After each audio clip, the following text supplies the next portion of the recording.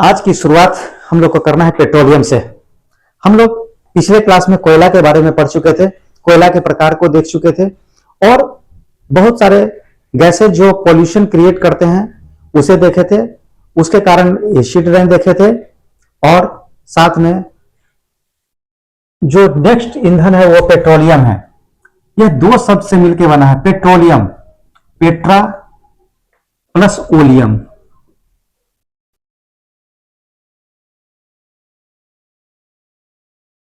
Petra means होता है rock और ओलियम मीन्स होता है ऑयल। अर्थात जो पेट्रोलियम मिलता है वो जमीन के अंदर से मिलता है और वो पत्थरों के बीच फंसा रहता है। क्योंकि मिट्टी में रहेगा तो दब जाएगा, कहीं पर इधर उधर हो जाएगा, वो बर्बाद हो जाएगा। हम आपको बताए थे कि पेट्रोलियम बनता कैसे है। तो पेट्रोलियम बनता है बहुत सारे जीवों के जमीन के अंदर दबे रहने के कारण, उच्च दाब तथा उच्च ताप के कारण वो जीवाश्म ईंधन में बदल जाता है और वह लिक्विड फॉर्म में होता है, पेट्रोलियम होता है। उसे ब्लैक गोल्ड भी कहते हैं।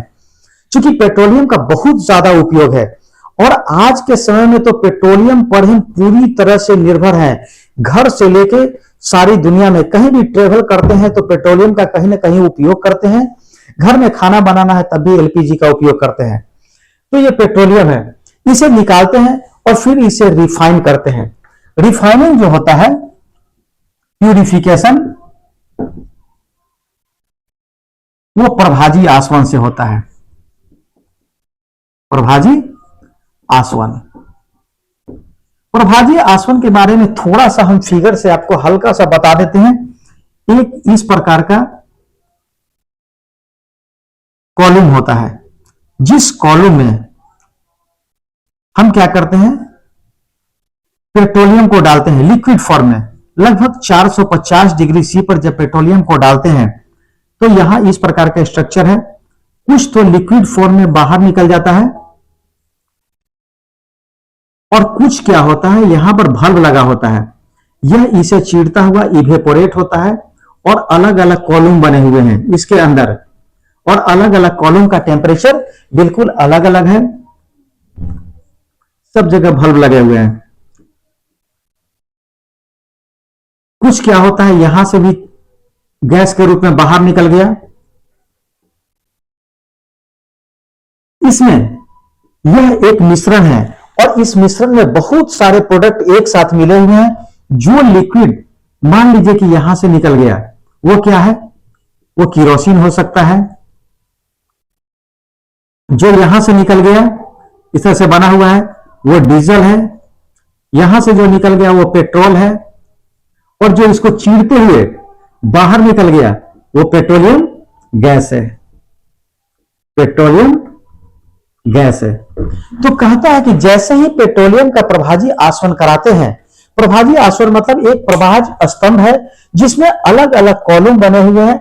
अलग अलग कॉलम का अलग अलग तापमान है और हर अलग तापमान पर प्रोडक्ट अलग अलग प्रोडक्ट निकलता है और एक ही बार प्यूरिफिकेशन कराने से kerosene, diesel, petrol, petroleum gas जो लिक्विड फॉर्म में आ गया उसमें से कुछ मोबिल के रूप में निकल गया और जो बच गया वो इम्प्योर है, उसका भी बहुत सारा काम है। तो ये इस तरह से हम लोग प्रभाजी आसवन कराते हैं। तो हम लोग को मिलता क्या है, हम लोग को मिलता है पेट्रोलियम गैस, पेट्रोलियम गैस। इसके बाद मिलता है पेट्रोल, डीजल,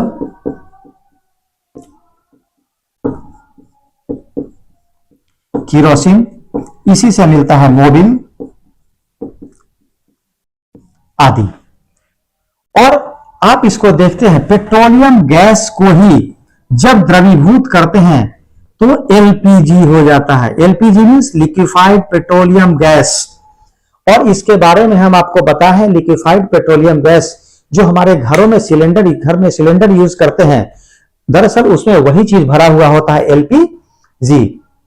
और यह काफी अच्छा ईंधन है, कम जगह में आता है, ज्यादा ऊष्मा देता है और ज्यादा समय तक चलता है।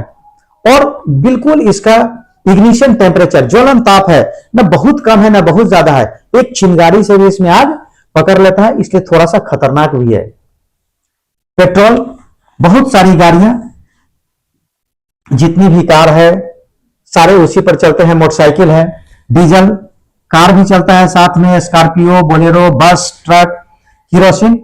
हमारे घरों में पहले ईंधन के रूप में इसका उपयोग होता था, लेकिन आजकल बहुत कम गया है। और साथ में मोबिल, इसका काम क्या है? इसका काम स्नेहक के रूप में है। यह इंजन में जो रगड़ को कम करता है, घर्षण को कम करता है और हमारे इंजन को बहुत लंबे समय तक अस्थायी बना के रखता है। तो ये पेट्रोलियम था।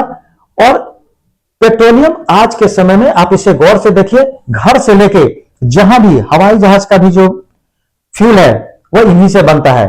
तो सारे फ्यूल यही पेट्रोलियम से प्राप्त होते हैं। कोयला का उपयोग फ्यूल के रूप में कम होता है। तो बता दिए आपको, कोयला बताया, पेट्रोलियम बता दिए। इसे बहुत छोटा सा चीज है, इसे नोट डाउन कर लें और प्रभाजी आसवन को समझ के रखें। चलिए इसे नोट डाउन कीजिए। अब ईंधन को चूंकि हम जलाए थे तो आपको बताया था कि जब हाइड्रोकार्बन को जलाते हैं तो क्या बनता है? वो कार्बन डाइऑक्साइड और जलवाष्प बनता है, साथ में अत्यधिक उष्मा देता है। लेकिन अगर अपर्याप्त ऑक्सीजन की उपस्थिति में जलाते हैं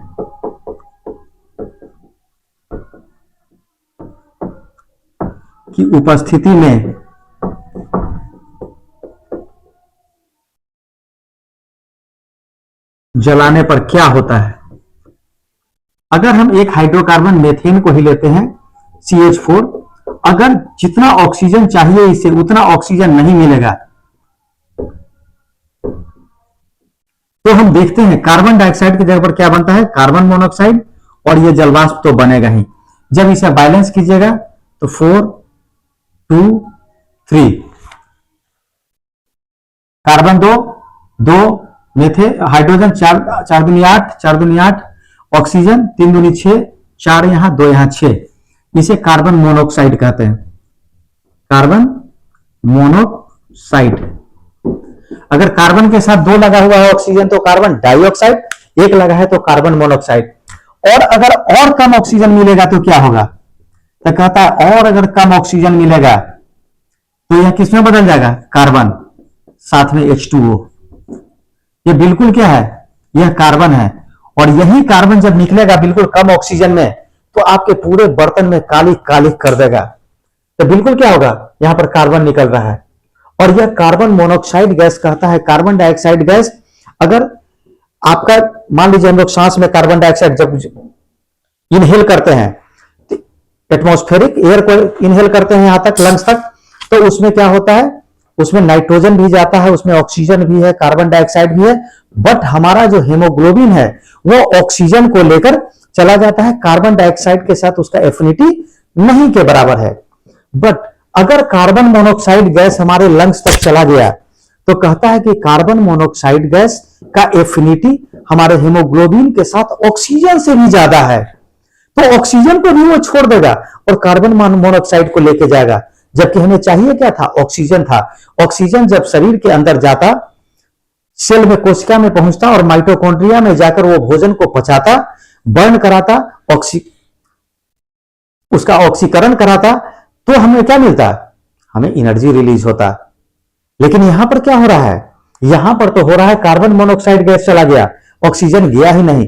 और यह कार्बन मोनोऑक्साइड गैस जब आप लेंगे तो उस स्थिति में नौसिया, वोमिटिंग टेंडेंसी आएगा, हेडेक हो सकता है और बहुत सारे केसों में व्यक्ति की मृत्यु भी हो सकती है। क्यों? इसीलिए पहले के समय में, अब तो बहुत सारी सुविधाएं आ गई है, पहले के समय में घरों में लोग दिया और लैंप, लालटेन जलाकर छोड़ देते थे और धीरे धीरे क्या होता था? घर बंद किए हुए हैं, वो ऑक्सीजन ले रहा है, बर्न हो रहा है, ऑक्सीजन ले रहा है, बर्न हो रहा है, यहां पर कार्बन डाइऑक्साइड रिलीज हो रहा है। जब ऑक्सीजन की मात्रा रूम में दिन घटने लगता है, रात में धीरे धीरे, तो फिर क्या रिलीज होगा? कार्बन मोनोऑक्साइड गैस रिलीज होता है। इसीलिए कहा जाता था कि घर के अंदर दिया, दीपक, ये मोमबत्ती, लालटेन जलाकर नहीं सोने के लिए, उसे सोने से पहले बंद कर लेने के लिए। तो पहले के लोग क्या करते थे? बिल्कुल घर के अंदर कोशिश करते थे कि हम अंधेरे में ही सोएं, जो रोशनी की व्यवस्था है वो बाहर आंगन में कर दें। ये है। अब हम लोग को हाइड्रोकार्बन का दूसरा देखना है, दूसरा हैलोजेनीकरण।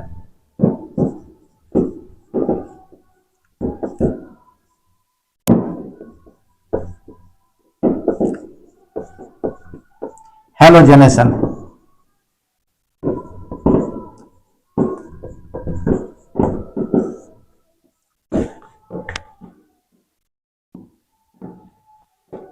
ये हेलोजनीकरण क्या है? कहता है कि किसी भी हाइड्रोकार्बन में हेलोजन का जुड़ना, हेलोजन मतलब फ्लोरीन, क्लोरीन, ब्रोमीन, आयोडीन, अगर ये सब जुड़ते हैं तो हेलोजनेशन कहते हैं। और यह क्या है? रिप्लेसमेंट है, प्रतिस्थापन अभिक्रिया के द्वारा होता है। यह क्या है? प्रतिस्थापन अभिक्रिया। प्रतिस्थापन अभिक्रिया क्या है? जब एक मॉलिक्यूल दूसरे मॉलिक्यूल को उसके जगह से हटाकर वो खुद उसका जगह ले लेता है तो उसे प्रतिस्थापन अभिक्रिया कहते हैं। इसका एग्जाम्पल देखना है तो हम एग्जाम्पल लिए मेथेन, 4 हाइड्रोजन। जब इसका रिएक्शन क्लोरीन से कराते हैं, Cl2 Cl2 हो गया। किसकी उपस्थिति में? सनलाइट, सूर्य के प्रकाश की उपस्थिति में। यह रिएक्शन को जब कराएंगे तो देखेंगे कि यहां से H और यहां से Cl लेकर क्या बना लिया? HCl बना लिया। साथ में यह क्लोरीन क्या हो गया? इसको रिप्लेस कर दिया। यहां से जब हाइड्रोजन हटा तो यह क्लोरीन इसका जगह ले लिया।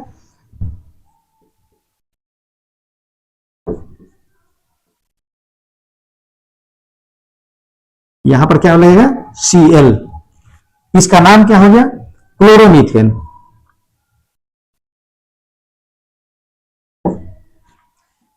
यह रुकेगा नहीं, यह तब तक चलता रहेगा जब तक सारे हाइड्रोजन रिप्लेस नहीं हो जाए। दूसरी स्थिति में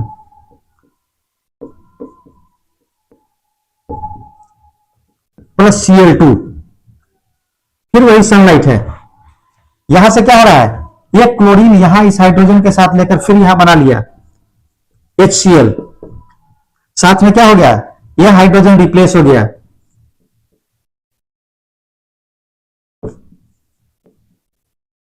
Cl। इसका नाम क्या हो गया? डाइक्लोरोमीथेन। 2 क्लोरीन है तो इसे क्या कहते हैं? डाइक्लोरो, और नाम क्या हो गया? मेथेन। इसके बाद यह Cl, फिर Cl2,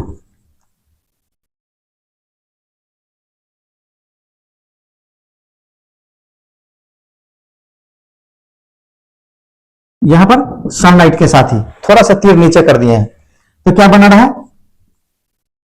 H, यहां पर Cl, यहां पर Cl, यहां पर Cl। इसको क्या कहते हैं? ट्राइक्लोरोमीथेन। ट्राइक्लोरोमीथेन, और साथ में HCl गैस निकल रहा है। जब तक यह पानी में नहीं घुलेगा यह हाइड्रोजन क्लोराइड ही होगा, यह भी हाइड्रोजन क्लोराइड होगा, यह भी हाइड्रोजन क्लोराइड होगा। और जब पानी में घुल जाएगा तो उसे क्या कहेंगे? हाइड्रोक्लोरिक अम्ल। अब देखिए Cl। इस ट्राइक्लोरोमीथेन का दूसरा नाम क्या है? क्लोरोफॉर्म। क्या है? क्लोरोफॉर्म, जिसे आदमी को बेहोश करते हैं। प्लस Cl2, ये सनलाइट में करेंगे तो यहां रिएक्शन क्या होता है? Cl, इसका नाम क्या हो गया? साथ में प्लस HCl।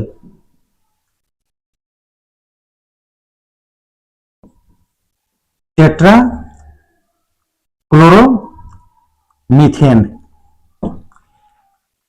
अब इस चीज को समझिए, यह 4 स्टेप में होगा।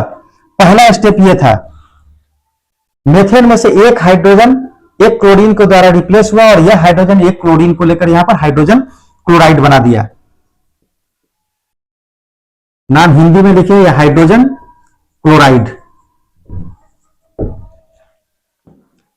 दूसरा स्टेप यह है, मतलब एक यहां लगा तो क्लोरोमीथेन, इस क्लोरोमीथेन फिर क्लोरीन के साथ रिएक्शन किया, एक हाइड्रोजन फिर रिप्लेस हुआ। अब क्या बना? 2 क्लोरीन लग गया तो डाइक्लोरोमीथेन हो गया। फिर क्या हुआ? 2 क्लोरीन था ही, एक हाइड्रोजन को तीसरा स्टेप में रिप्लेस कर दिया तो ट्राइक्लोरोमीथेन। और इसी का नाम क्या है? क्लोरोफॉर्म। इसका नाम क्या है? क्लोरोफॉर्म। इसे याद रखिएगा, क्लोरोफॉर्म ऑब्जेक्टिव में पूछ सकता है। और चौथे स्टेप में यह कार्बन जो क्लोरोफॉर्म है ट्राइक्लोरोमीथेन है, फिर क्लोरीन लगा, एक हाइड्रोजन बचा हुआ था उसको रिप्लेस कर दिया टेट्राक्लोरोमीथेन। कहता है यह रिएक्शन तब तक चलता रहता है जब तक सारे हाइड्रोजन इसके रिप्लेस नहीं हो जाते हैं। यह क्या है? यह प्रतिस्थापन अभिक्रिया है। प्रतिस्थापित हो गया, एक क्लोरीन क्या कर दिया, एक हाइड्रोजन को रिप्लेस कर रहा है हर स्टेप में, और अंतिम क्या बन रहा है, टेट्राक्लोरोमीथेन। तो अगर आपसे क्वेश्चन में पूछता है ऑब्जेक्टिव में मेथेन की अभिक्रिया क्लोरीन के साथ सूर्य के प्रकाश में कराने पर हमें क्या प्राप्त होगा, तो हमें अंतिम प्रोडक्ट लिखना है टेट्राक्लोरोमीथेन। और अगर परीक्षा में 2-3 नंबर का पूछता है तो हर स्टेप में से उड़ाकर आप लिख देंगे। चलिए जल्दी से इसे नोट डाउन कर लीजिए। अब हम लोग को देखना है हाइड्रोजनीकरण, हाइड्रोजनेशन। हाइड्रोजनेशन में क्या होता है, किसी भी हाइड्रोकार्बन में हाइड्रोजन का जुड़ना। हाइड्रोजन जुड़ेगा कहां, कहता है कि जहां जगह खाली होगा वहीं जुड़ेगा। सिंगल बॉन्ड में तो सारे इलेक्ट्रॉन एक दूसरे से बॉन्ड बना चुके हैं, तो वहां जुड़ने की कोई संभावना नहीं है। तो जहां डबल बॉन्ड और जहां ट्रिपल बॉन्ड है वहीं संभावना बनता है। तो हाइड्रोजनेशन कहां होगा, डबल बॉन्ड और ट्रिपल बॉन्ड के साथ होगा, यह आप ध्यान रखेंगे। अगर हम बात करें, एग्जाम्पल लें, यह क्या है, यह है एथीन। जब इसका रिएक्शन हाइड्रोजन के साथ कराते हैं, किसकी उपस्थिति में, पैलेडियम की उपस्थिति में, तो यह हाइड्रोजन देखिए दो, एक सिंगल बॉन्ड अगर कहीं बन रहा है, इसका मतलब क्या है, वह इसके बीच में 2 इलेक्ट्रॉन है। हम आपको बताए थे कि सिंगल बॉन्ड का निर्माण 2 इलेक्ट्रॉन के कारण होता है। तो यह 2 इलेक्ट्रॉन है, यहां पर क्या होता है, एक हाइड्रोजन यहां, दूसरा हाइड्रोजन दूसरे जगह जाकर जुड़ जाता है। ये पहले से है, ये एक बॉन्ड हटा तो एक इलेक्ट्रॉन यहां था, तो एक हाइड्रोजन यहां जुड़ गया, एक हाइड्रोजन यहां, इसका नाम क्या हो गया, एथेन। ये एडिशन रिएक्शन है। इस रिएक्शन को क्या कहते हैं, एडिशन रिएक्शन, मतलब किसी चीज का जुड़ना। आप इसके जगह पर सिर्फ हाइड्रोजन को ही नहीं जोड़ सकते हैं, अगर आप चाहिएगा पैलेडियम की उपस्थिति में,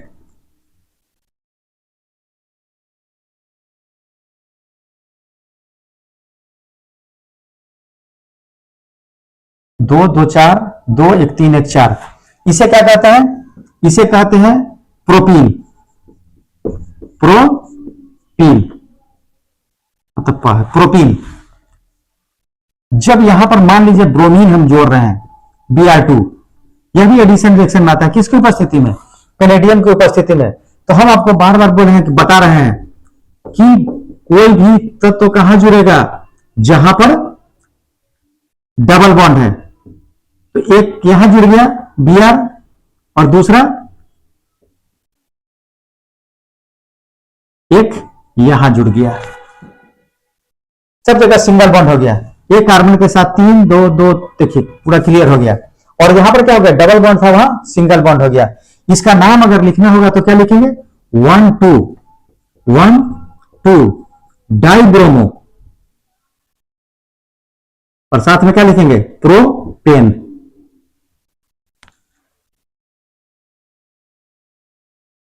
अब मान लीजिए तो डबल बॉन्ड था, अगर ट्रिपल बॉन्ड वाले की बात देखेंगे तो सी ट्रिपल बॉन्ड, एक हाइड्रोजन यहां है, एक हाइड्रोजन यहां, इसका नाम क्या हो गया, 2 कार्बन वाले को एथ, और ये एथाइन या एसिटिलीन। जब यहां पर हाइड्रोजन के साथ इसका रिएक्शन करा रहे हैं, किसकी उपस्थिति में, पैलेडियम की उपस्थिति में। तो फिर देखिए यहां पर क्या है, एक हाइड्रोजन एक तरफ जुड़ेगा, दूसरे तरफ 2 हाइड्रोजन। तो एक कार्बन यहां है, दूसरा कार्बन यहां, एक हाइड्रोजन ऑलरेडी जुड़ा हुआ था पहले से, ये दोनों हाइड्रोजन, एक हाइड्रोजन और जुड़ गया, तो H2 हो गया क्लियर। तो 2 बॉन्ड बनाए हैं, तो 2 बॉन्ड और बनाएगा 4। अभी भी क्या हुआ, ये एथाइन था तो क्या हो गया, एथीन हो गया। अभी भी इसमें डबल बॉन्ड है, यह रिएक्शन रुकेगा नहीं। फिर क्या होगा, यह हाइड्रोजन के साथ फिर रिएक्शन कर लेगा, किसकी उपस्थिति में, पैलेडियम में। और यहां एक कार्बन के साथ 2 हाइड्रोजन जुड़ा हुआ था, इस कार्बन के साथ 2 हाइड्रोजन जुड़ा हुआ था, और तीसरा हाइड्रोजन भी क्या हुआ, दोनों के साथ जुड़ गया। तो 3 बॉन्ड तो ऑलरेडी बना चुका है, तो बीच में कौन बॉन्ड होगा, सिंगल बॉन्ड। इसे क्या कहते हैं, एथेन। क्या कहते हैं, एथेन। तो यह क्या है, यह हाइड्रोजनीकरण है, हाइड्रोजन का जुड़ना, इसके साथ आपको हेलोजन भी जुड़ सकता है। किसकी उपस्थिति में? पैलेडियम की उपस्थिति में। और सबसे मजेदार बात है कि आप लोग सुने होंगे वनस्पति घी। वनस्पति घी, वनस्पति घी का मतलब होता है डालडा। कहता है कि वनस्पति घी का मतलब है कि जो आपको पेड़ पौधों से जो तेल मिलते हैं, वनस्पति तेल है, जब उसका हाइड्रोजनीकरण कराइएगा तो किससे बदल जाता है? सिंगल बॉन्ड में बदल जाता है। जब तक अनसैचुरेटेड है, असंतृप्त है, तब तक वह तेल जम नहीं सकता है। आप इसीलिए देखते हुए कड़ू तेल को जमते हुए देखे? नहीं जमते हुए देखे। तो कहता है कि जो भी तेल वनस्पति तेल है वह अनसैचुरेटेड है, असंतृप्त है, वह जमता नहीं है। जब वह सैचुरेटेड हो जाता है, संतृप्त हो जाता है, अर्थात सभी कार्बन कार्बन के बीच सिंगल बॉन्ड हो जाते हैं, तो वह संतृप्त होता है और वह जम जाता है।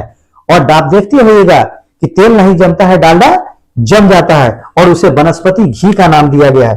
तो वनस्पति घी कैसे बनता है? तो कहता है कि वनस्पति तेल में क्या करेंगे? इसका हाइड्रोजनीकरण कराएंगे। हाइड्रोजनीकरण,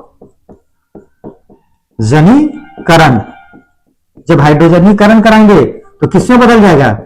वनस्पति घी में बदल जाएगा। घी मतलब ये नहीं समझिएगा कि गाय का घी है, भैंस के दूध से बना हुआ घी है। यह वनस्पति तेल से बना हुआ वनस्पति घी है, जिसे डालडा कहते हैं। चलिए इसे नोट डाउन कर लीजिए, क्योंकि हाइड्रोजनीकरण में कुछ है नहीं। हाइड्रोजनेशन मतलब हाइड्रोजन का जुड़ना है, किसकी उपस्थिति में? पैलेडियम। और जुड़ने की संभावना कहां पर है? जहां पर डबल बॉन्ड है, ट्रिपल बॉन्ड है। तो डबल बॉन्ड ट्रिपल बॉन्ड का देख लिए। डबल बॉन्ड में एक स्टेप में होता है और ट्रिपल बॉन्ड में 2 स्टेप में होता है। और वनस्पति घी का भी बनना यही क्या है? हाइड्रोजनीकरण के कारण होता है। चलिए जल्दी से नोट डाउन कीजिए। अब हम लोग को देखना है aromatic hydrocarbon. Aromatic hydrocarbon close chain है, 6 कार्बन वाला है, जिसका एग्जांपल देखे थे बेंजीन। बेंजीन में हम आपको बताए थे कि इस प्रकार का आप स्ट्रक्चर उसे लिख सकते हैं। ये 6 कार्बन जुड़े हुए हैं, हेक्सागोन है, और 6 में से आप डबल बॉन्ड यहां भी दे सकते हैं, यहां भी दे सकते हैं। एक अल्टरनेट सिंगल डबल बॉन्ड कर सकते हैं। जब इसकी अभिक्रिया HNO3 से कराते हैं, H2SO4 की उपस्थिति में, यह क्या है? नाइट्रिक अम्ल है।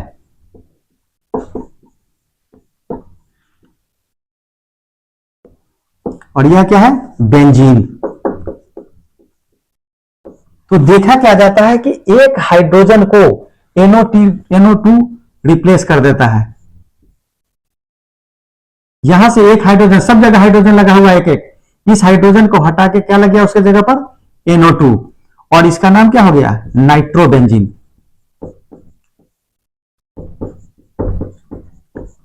नाइट्रोबेंजीन। साथ में बच क्या गया? देखिए NO2 बच गया, यहां पर एक O बचा, एक H, दूसरा H यहां से आ गया था। 2 हाइड्रोजन और एक ऑक्सीजन। यह क्या है? जल है। दूसरा रिएक्शन का आप एग्जांपल दे सकते हैं। जब बेंजीन का रिएक्शन क्लोरीन से कराते हैं, किसकी उपस्थिति में? आयरन की उपस्थिति में, लोहे की उपस्थिति में। यह क्या है? क्लोरीन है। और यह क्या है? बेंजीन। तो हम बताए थे क्लोरीन की अभिक्रिया हाइड्रोजन के साथ उसके क्या करता है? एक हाइड्रोजन को रिप्लेस करता है। यहां पर क्या था? एक हाइड्रोजन को हटा के वहां पर क्या लग गया? क्लोरीन लग गया। इसका नाम क्या हो गया? क्लोरोबेंजीन। क्लोरोबेंजीन। साथ में क्या हुआ? एक हाइड्रोजन यहां बचा हुआ और एक हाइड्रोजन यहां से निकला, साथ में HCl, hydrogen chloride. Hydrogen chloride बाहर निकल गया।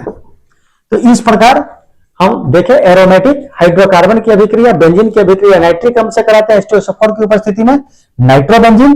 और जब बेंजीन की अभिक्रिया क्लोरीन के साथ कराते हैं आयरन की उपस्थिति में, तो क्लोरोबेंजीन बनता है। शायद हम देख रहे होंगे इस रिएक्शन को समझने में आपको दिक्कत है, सिर्फ आपको यह समझना है कि कौन किसको रिप्लेस कर रहा है और किसके साथ किया जा रहा है।